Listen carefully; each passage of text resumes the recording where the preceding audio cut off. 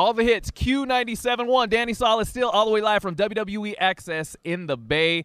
All day today, we've been doing interviews with WWE superstars and divas getting ready for this weekend. WWE Access is going down. The Hall of Fame happening tomorrow night, and obviously the Mecca, WWE Wrestlemania at Levi's Stadium this Sunday on the WWE Network.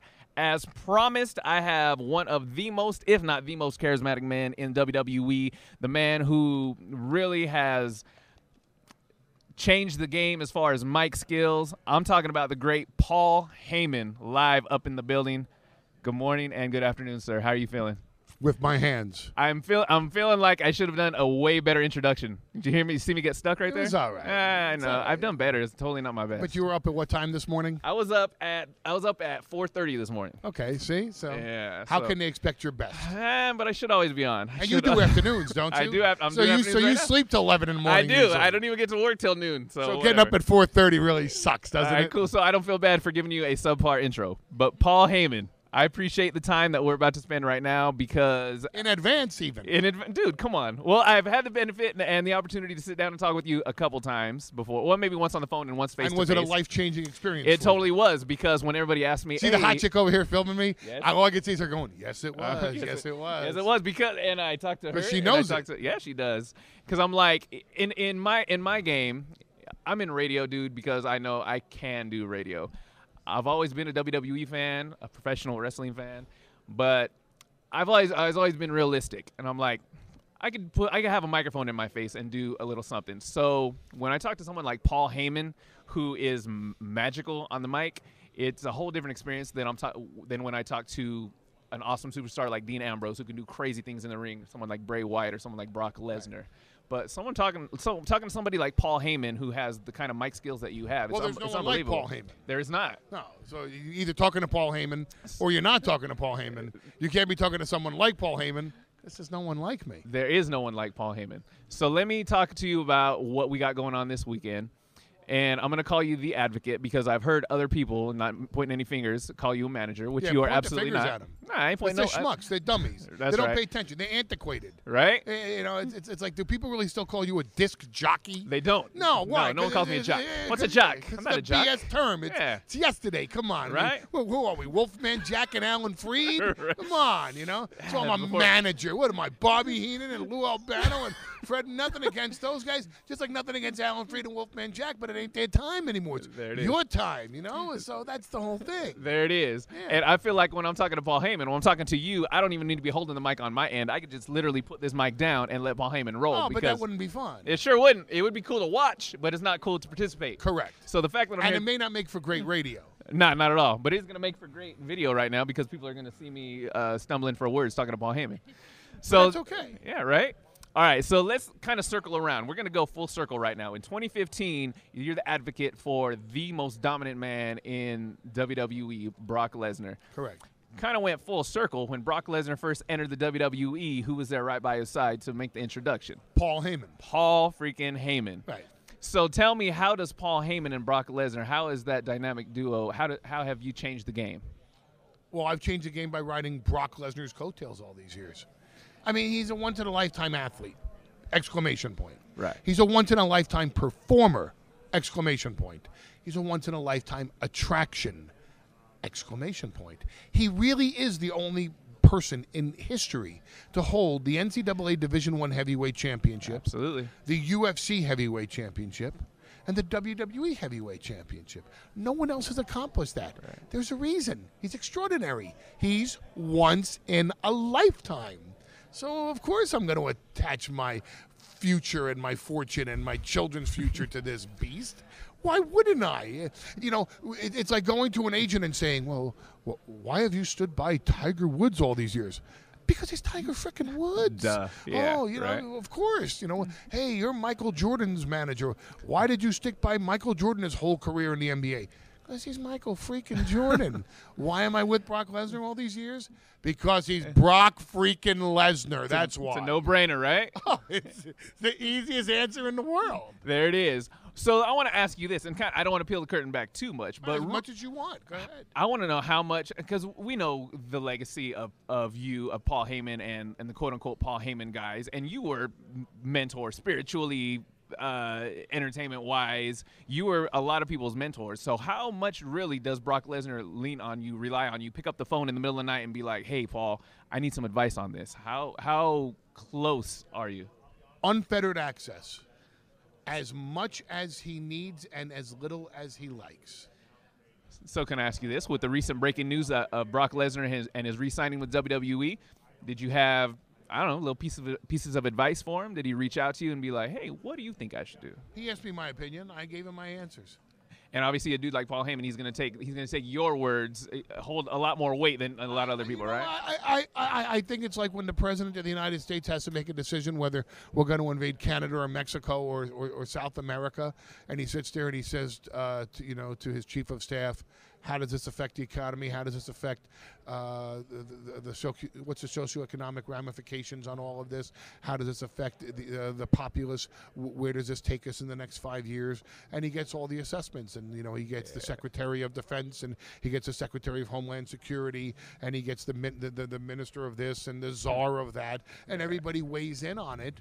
And then at the end of the day, the president has to say, okay, this is my decision, and I'm going to make it, and we're all going to go in that direction. And then the whole staff goes in that direction. Same thing.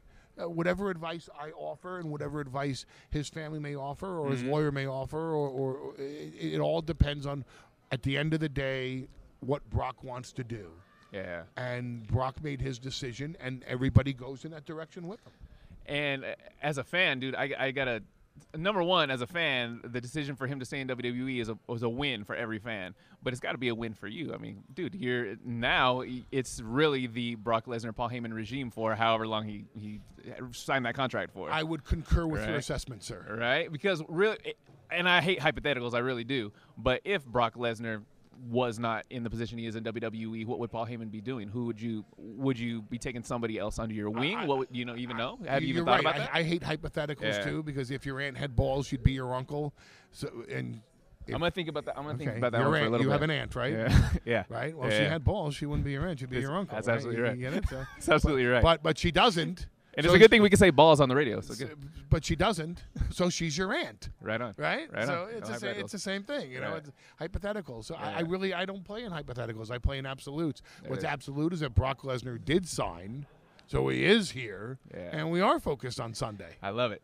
There you go. All right, so WrestleMania this Sunday. Let's talk about it, man. I mean, I'm going to say it was the most talked about match for months leading up to it, but because of the recent news that came out a couple days ago, man, freaking internet went crazy because of that news. So it's the most anticipated match. Is it going to live up to the hype? Well, it depends on which hype you're talking about. Are people expecting a 60-minute classic? If so, they're going to be sorely disappointed. If you're looking for a prison beating, if you're looking to see Brock Lesnar lay a beating down on a man, if you're looking to see Brock Lesnar impose his will on another human being like no other sports entertainer or sports entertainer would dare take the level of intensity of that beating, you're really going to get your money's worth. I love it. You can sell a match like no other, and I will tell you this, no matter what you're selling, I'm buying. Paul Heyman can sell it. I appreciate that, but there's nothing I'm saying that's embellished. Right? I mean, we are talking about Brock Lesnar. You've said it before. You don't make predictions. I spoil it. Right? I give you make spoilers. Spoilers. I said last year Brock Lesnar would beat The Undertaker. Everybody said, nah, come on. Everybody says he's going to beat The Undertaker. Yeah, but my guy's going to beat The Undertaker. And he did. I said he's going to smash John Cena into oblivion. John Cena got no offense for 16 minutes. Brock Lesnar bitch-slapped John Cena all over the Staples Center.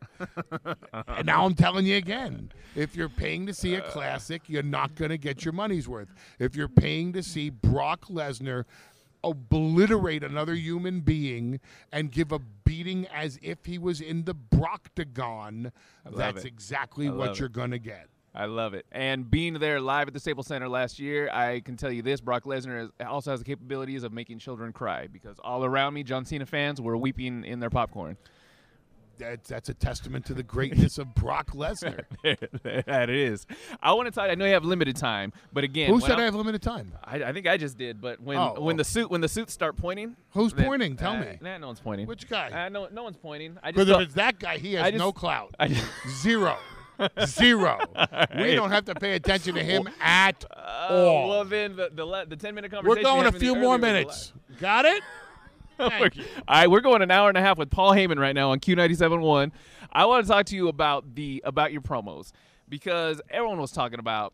I mean, there's been a couple quote unquote pipe bombs that have happened on WWE TV, and I kind of saw this, and I think it was maybe something you retweeted on Twitter, but it totally summed up a Paul Heyman interview in the ring. Paul Heyman drops pipe bombs not just once every 6 or 8 months. Paul Heyman drops pipe bombs every time he's on TV, and that's abso-freaking-lutely true. How much of that is Paul Heyman writing it, conceptualizing it, or just kind of going off the cuff, winging it when you're out in the middle of the ring? You know how you said earlier, you do radio because that's what you do. You know you can do it. Yeah. I do WWE because that's what I do, and I know that I can do it. Dude, that's unbelievable.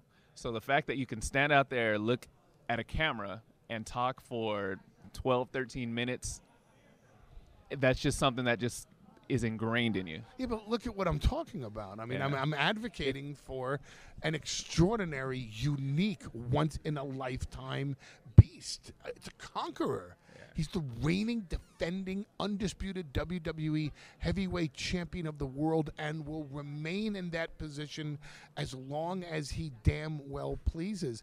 I can talk, here comes your bleep. Here we go. But I can talk shit about Brock Lesnar from now until WrestleMania and until next year's WrestleMania, and I'll never have to repeat myself in the things that I say because I respect him and admire him that much. Right on.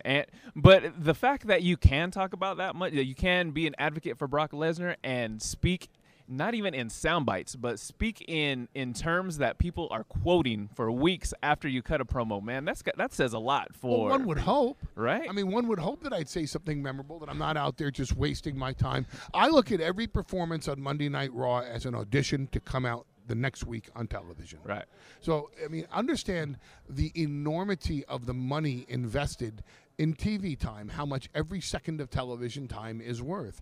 Why would I throw that opportunity away? Why would I not exploit that for all that it's worth? Who wants to just say a bunch of stuff that no one ever remembers? My guy is going to come to WrestleMania, he's going to win his match, and it'll be really good, so tune in! Then it just becomes white noise, right? Yeah. I'd rather say something that people say, whoa, did he really say that? Play that back. I want to watch that a few more times. Right? You spit fire, man. You spit fire. That's all I can say. Well, thank you. You're a flamethrower. That's the job. Right?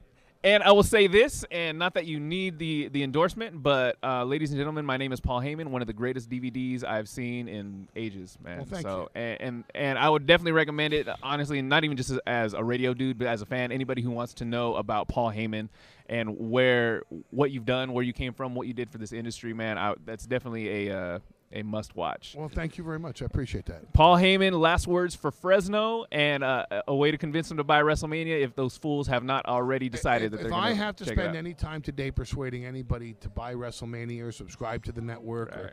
purchase it on pay-per-view or go to StubHub and buy a ticket to come and see it live, then I haven't done my job. If we haven't persuaded you yet, there's nothing we can say that's going to get you to do it. But if you're interested in a prison beating, if you're interested in seeing Brock Lesnar bitch slap Roman Reigns into dust, if you're interested in seeing a main event like no other WrestleMania main event, because this one is going to be an ugly, vicious, menacing beating that Brock Lesnar lays down on Roman Reigns, I promise you, I guarantee frickin' to you, you're going to get your money's worth. Paul Heyman spitting fire as usual, live at WWE WrestleMania. I appreciate the time, and I am legit starstruck, and I will go on record as saying that. Thank you, sir. Live on Q97.1.